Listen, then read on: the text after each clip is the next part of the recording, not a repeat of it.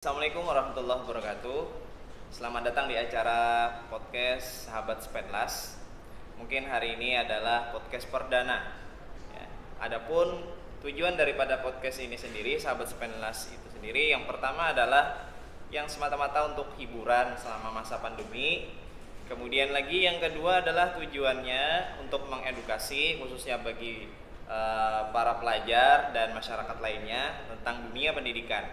Kemudian yang ketiga adalah barangkali ada alumni dari SMP 11 yang kangen dengan keadaan SMP 11 itu sendiri, ataupun juga dengan guru-gurunya karena selama ini tidak pernah bertemu lagi. Jadi mungkin di channel ini kalian bisa melihat sendiri bagaimana keadaan SMP 11 pada hingga saat ini. Baik, pada hari ini kita kedatangan tamu, salah satu dari kumpulan-kumpulan siswa yang terbaik. Langsung saja kita sapa Ketua OSIS dan Wakil OSIS. Silakan. Perkenalkan, nama saya Muhammad Nopal Ali, biasa dipanggil Nopal. Jabatan saya di OSIS adalah menjadi Ketua OSIS. Nama saya Diatika Skararum, biasanya dipanggil Sekar. Jabatannya jadi Wakil Ketua OSIS. Oh, jadi pada hari ini kita kedatangan tamu, Ketua OSISnya dan Wakil OSISnya sendiri, Wakil Ketua OSISnya. Dan pada hari ini kompak mereka ya, pakai sweater yang sama gitu. Jadi memang kalau ketua dengan wakil itu harus memang kompak ya. Jadi mulai dari yang nampak dulu, ya kan? Nah itu. Kemudian untuk OSIS itu sendiri kegunaannya apa sebenarnya? Jadi OSIS itu kepanjangannya dari Organisasi Siswa Intrasekolah. OSIS itu dikelola dan diurus oleh siswa-siswa yang terpilih untuk menjadi anggota OSIS. Mungkin untuk kerjanya sendiri, kami di sekolah menjalankan program-program yang ada di sekolah maupun tidak ada di sekolah. Gitu. Kalau untuk tugas wakil sendiri itu apa? Biasanya kan ketua pasti nggak bisa kerja sendiri, dia gitu. juga butuh masukan dari orang-orang lain. Jadi biasanya kalau ada kegiatan apa-apa, saya kasih masukan dulu ke Nopal, nanti baru kalau dua-duanya udah udah sepakat, terus baru bilang ke anggotanya, baru dirubukin lagi. Jadi ya kayak ngebantu ketua. Oh gitu.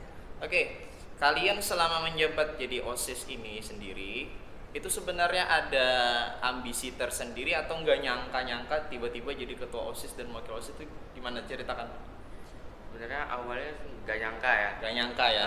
Karena apa ya, jadi dari anggota OSIS yang biasa gitu bisa menjadi sebuah ketua OSIS yang memimpin anggota-anggotanya gitu Pak.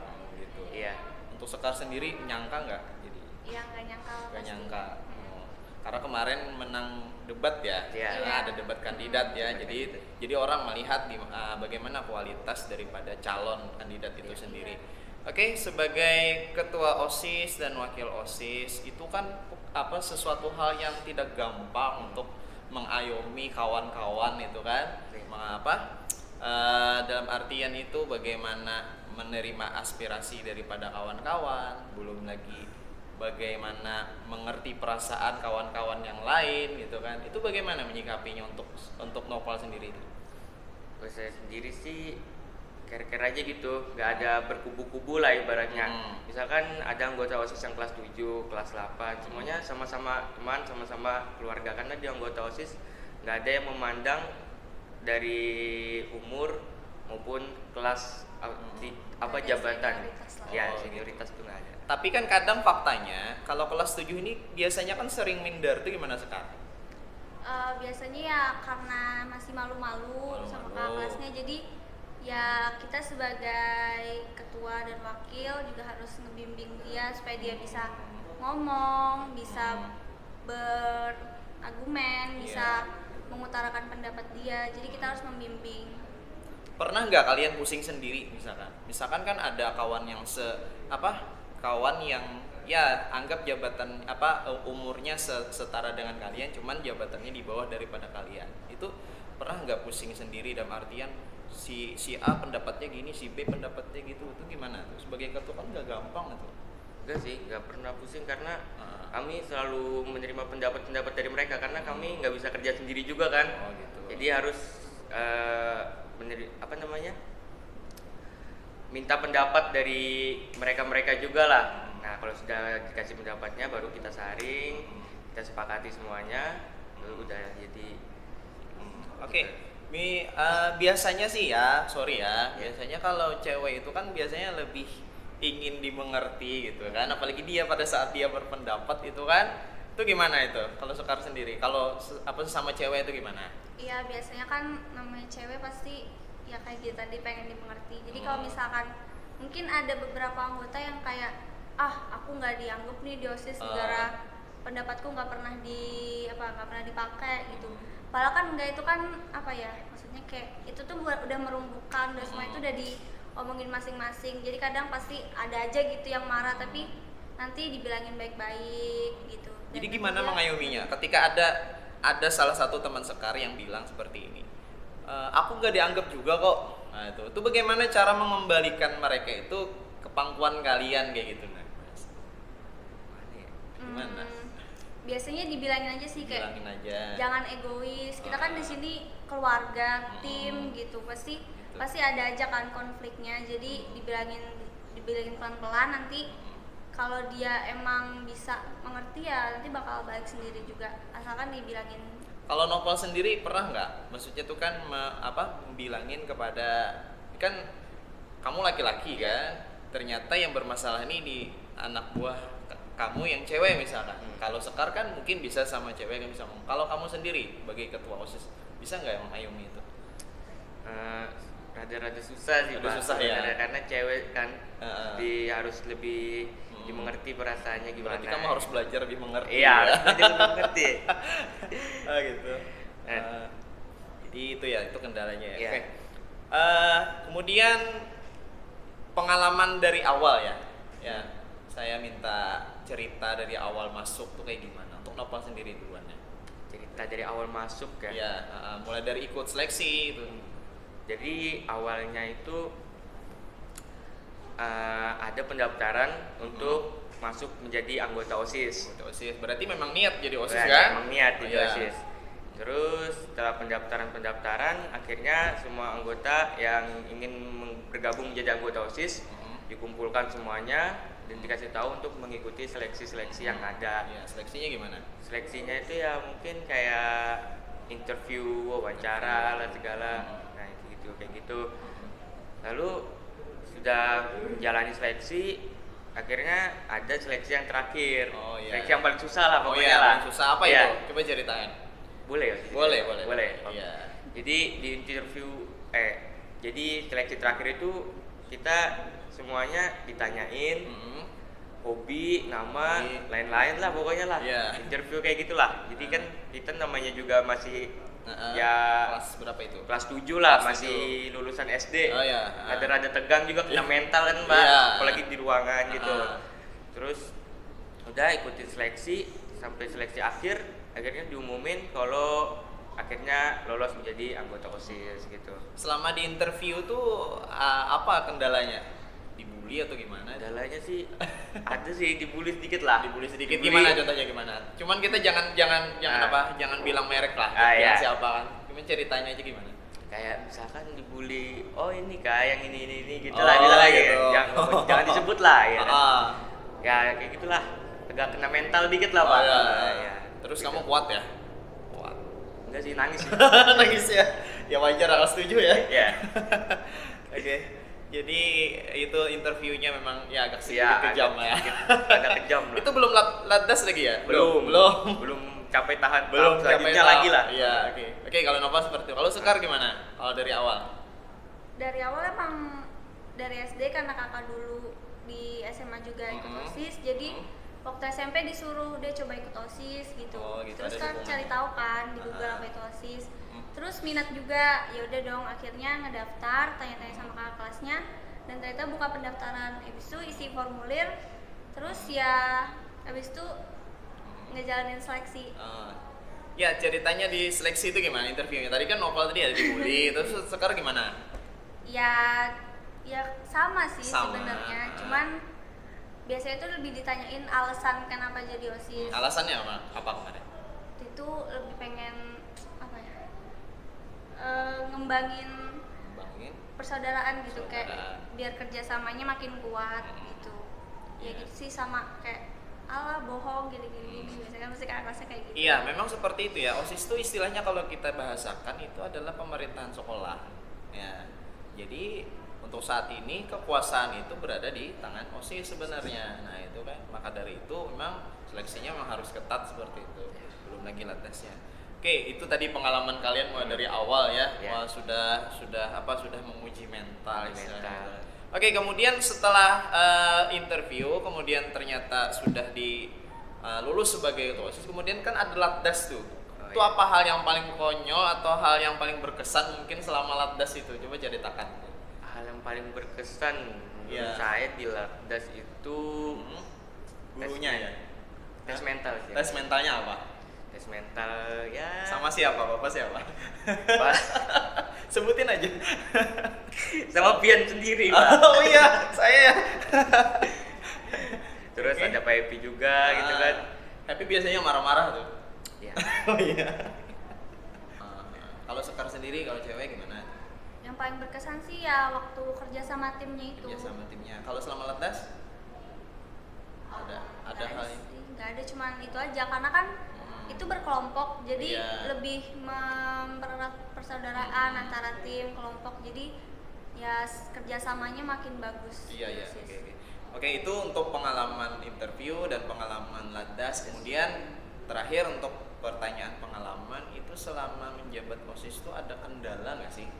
Kendala maksudnya dalam artian dari keluarga, ada tekanan atau ada apa misalkan jangan ikut OSIS gitu. Dari keluarga dulu, misalkan dari orang tua gimana? Kalau saya sendiri sih dari keluarga nggak ada tekanan karena keluarga semua ngedukung.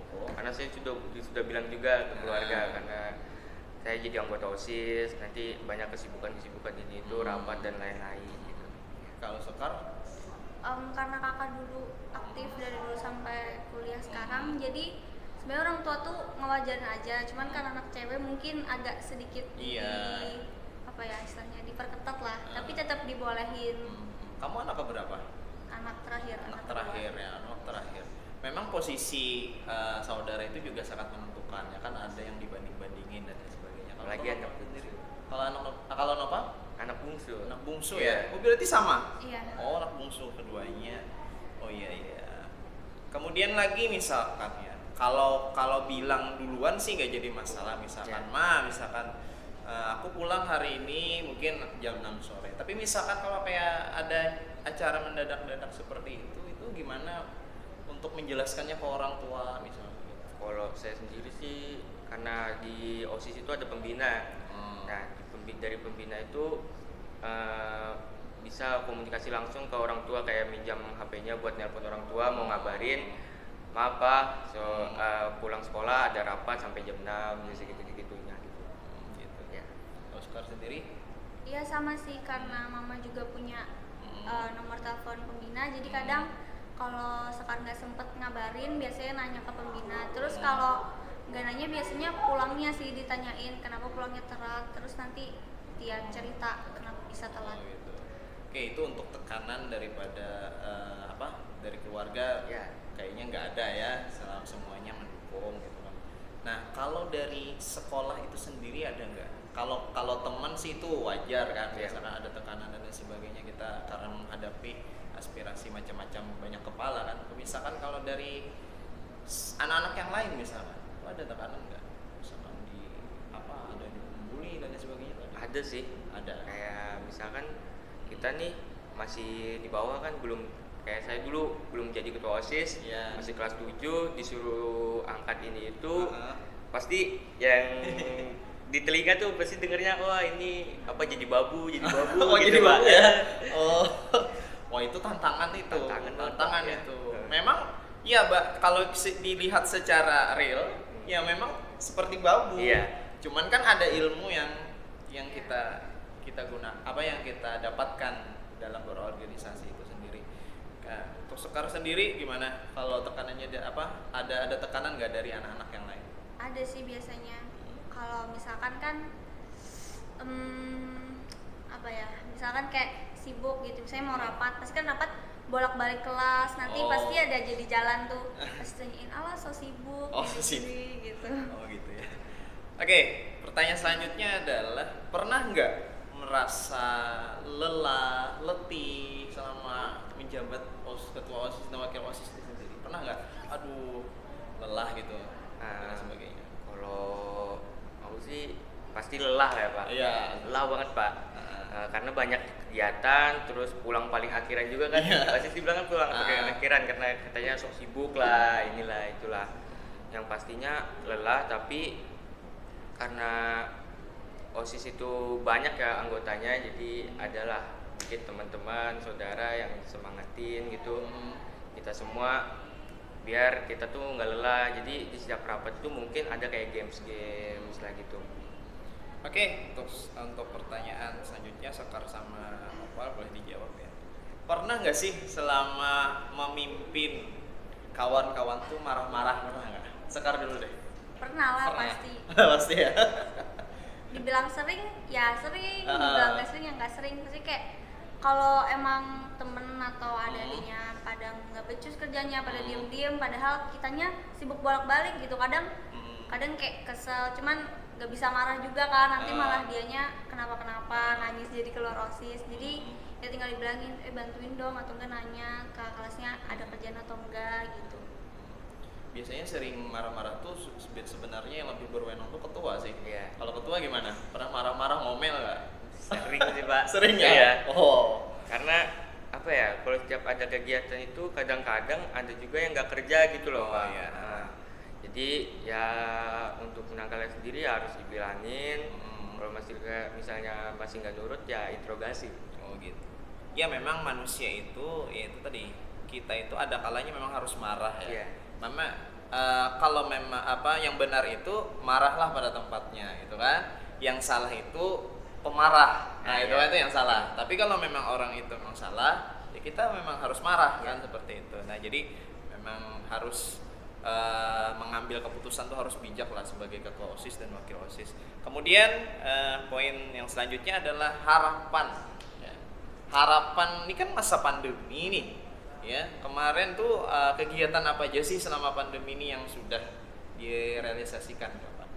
Kalau terakhir sih kemarin itu ada kami sama guru-guru lain mengadakan kegiatan bansos gitu untuk korban bencana banjir, terutama di daerah Penggalaman. Iya, Penggalaman. Ya. Kemudian lagi untuk Sekar ada nggak istilahnya planning atau planning atau rencana untuk kegiatan OSIS ini sendiri selama pandemi? Ada sih. Ada. Bisa dibilang kalau nggak pandemi mungkin banyak ya kegiatan kedepannya gitu. Tapi karena pandemi ini kegiatannya susah kan, jadi virtual. Mungkin nanti bakal ada kayak acara-acara lomba-lomba, cuma secara virtual gitu lewat Zoom. Lewat Zoom ya tadi. Mungkin itu yang planningnya. Harapannya kedepannya OSIS gimana? Ya lebih baik lagi lah daripada kami ya. Harapannya gitu kan. Gitu ya. Tapi ya mungkin apa ya, lebih solid lagi ya. Lebih solid lagi karena mungkin saya rasa sendiri ya untuk di angkatan saya sendiri ada kurang gitu Pak, persahabatannya terus solidannya itu rada kurang, masih kendor lah Pak ibaratnya gitu. Gitu. Masih rada canggung-canggung, apalagi yang adik-adiknya yang kelas 8 gitu.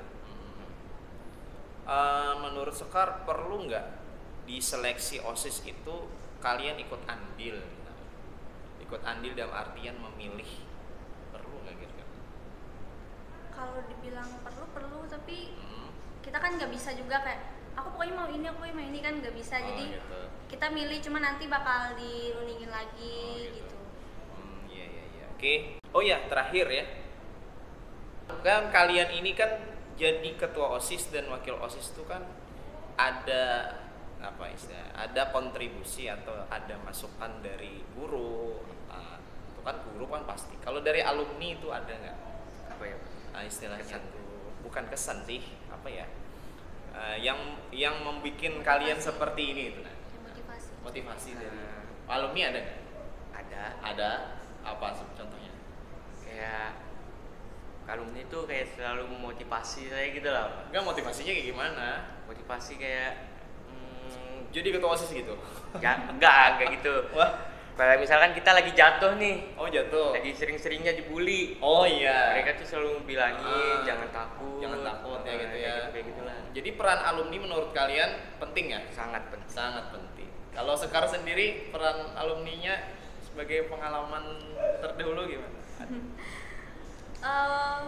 Gimana biasanya kalau misalkan lagi ada lomba gitu, pasti kadang dikasih masukan-masukan karena mereka lebih berpengalaman, jadi pasti dikasih masukan, mending kayak gini. Nanti saya juga mikir kayak, oh iya sih benar juga. Nanti kalau misalnya emang down banget dikasih semangat gitu. Ya, jadi bukan hanya dalam acara tapi juga dalam sehari-hari, yaitu alumni itu memang selalu mensupport ya. Jadi memang penting ya peran alumni itu dalam dalam organisasi ini sendiri. Oh ya, ada pertanyaan dari tim kru lagi yang belum selesai. Kira-kira siapa sih alumni yang paling berkesan gitu? Dari Noval dulu ya. Dari alumni yang tadi yang selalu mensupport, yang memotivasi itu siapa gitu ya? Bisa dikatakan kan siapa tahu kan mereka bisa datang ke sini nanti podcast gitu. Oh ya. Ya. Kalau saya sendiri sih alumni yang dulunya ketua sih Kak Harit gitu. Oh Harit. Apa yang kamu lihat dari Harit? Bijaksana sih. Bijaksana ya. Bijaksana. Wibawa sih. Wibawa. Berwibawa. Jadi kamu mengcopy dia atau gimana? Contoh Contoh lah. ya. Iya. Oh, bijaknya itu ya. Kebijakannya. Apa Harit pernah marah-marah gitu? Ya, pernah sih. Pernah juga. Oke, yang kedua Sekar, siapa yang alumni yang paling berkesan? Sebenarnya semuanya, tapi yang lebih Yang intens? ya ketua sama wakil. Ketuanya Harit kemarin ya. Ya, sama wakilnya Kak Rora juga. Karena kan mereka tuh apa ya, istilahnya mereka tuh akrab, jadi kelihatannya tuh mereka tuh kompak banget jadi ketua sama wakil, jadi itu juga jadi panutan. Pernah dimarahin Aurora nggak? Kalau dibilang pernah lah pasti. Oh pernah ya. Tapi mereka untuk mensupportnya. Iya. Motivasi. Walaupun kadang masih dikomenin, tapi ya itu kan buat motivasi juga. Nanti ya mungkin pengalaman ini setelah pengalaman ini justru lebih sangat berharga nantinya kalian untuk di jenjang berikutnya sampai jenjang perkuliahan karena sudah ada pengalaman dalam pemerintahan sekolah. Oke, baik. Habis ya tim kru ya? Habis sudah ya. Oke. Oke, makasih pada Noval Ali dan Sekar untuk waktunya. Semoga podcast ini akan tetap berjalan dengan lancar. Untuk bintang tamu selanjutnya boleh kalian tulis di kolom komentar, misalkan kalau alumni siapa atau kalau guru siapa, silahkan ditambahkan di kolom komentar atau bisa langsung japri saya atau jaringan pribadi saya. Nomor saya masih yang dulu kok. Oke, terima kasih. Wassalamualaikum warahmatullahi wabarakatuh.